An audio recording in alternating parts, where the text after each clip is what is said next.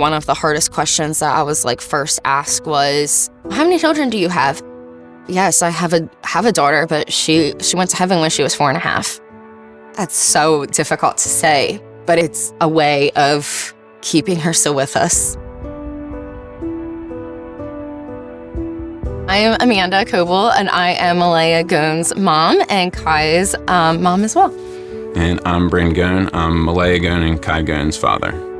Malaya she's just was full of sass and fun, and she was our daughter born in 2017, and we delivered her. It was very traumatic. Her color started to change in the middle of the delivery process. It was like she was stillborn. The most incredible part about Malaya is, despite the time she spent without any blood flow or oxygen, she was very, very sharp. So many different systems were affected. She was like a puzzle. They were like, oh, she might need a kidney transplant. She has enlarged kidneys, an enlarged floppy bladder, peristalsis of the intestines, a small microcolon. So her diagnosis came after we got to Penn State Children's Hospital. Malaya was diagnosed with megacystic microcolon intestinal hypoperistalsis syndrome. It affects about 1 in 20 million.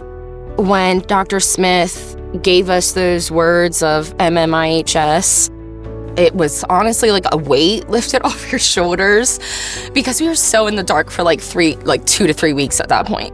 Children's Miracle Network referral kind of came into the NICU. Malaya was in the NICU for probably about 3 weeks, but that's when we were introduced to the Hummingbird Program. Hummingbird was really able to guide us in some ways that we can help Malaya as she's developing and becoming more aware of her challenges.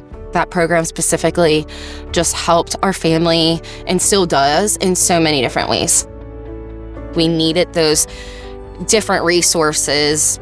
Having a music therapist come in and soothe your child after they just had an IV or a PICC line, or they just got back from a surgery.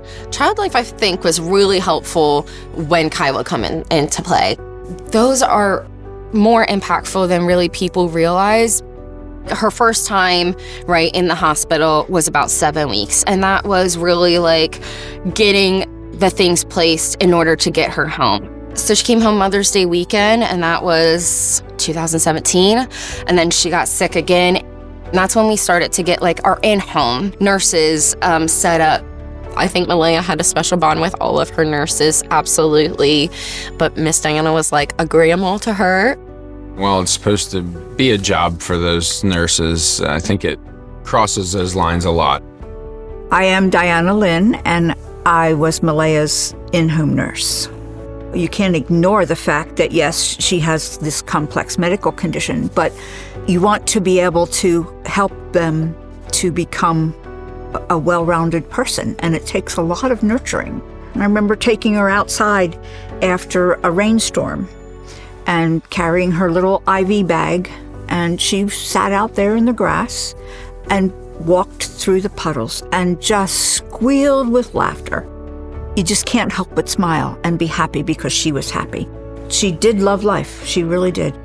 She would come home from the hospital and be dragging her oxygen tank, and I'm like, girl, you just got out of the hospital. What are you doing? You need to rest. That was who she was. She had such a sassy attitude. She was a Sour Patch Kid. So I loved how much her and her brother would play together. But then also she would play hard to get. So I would always scoop her up and smother her cheeks. And I'd make her tell me, I love you, Daddy, all the time. Yeah. After her 4th birthday, that's when everything just really went downhill for her. When they said she needed to be intubated, I just kind of knew. Yeah, leading up to that point, that was one of our biggest fears, is if they told us she would have to be intubated, that was probably going to be the beginning of the end. That was our final time with her awake. That night, we were able to just sit with her and have that moment with her. I just wanted to hold her. So we did. And she transitioned in my lap. Usually when you're leaving the hospital, it's exciting and a sigh of relief because you're coming home and you get back to the normal routine, but obviously that was significantly different. Yeah. While Malaya was alive, we were grieving the life she could have had, but her life was such a gift. We at least got to have her here with us for a short period. Children's Miracle Network does really impact local families and local children in such a personal level. It's more than just putting money into a jar at the grocery store. It does make an impact. It does make a difference in the child's life, but also in the family's life overall. I love you. I love you.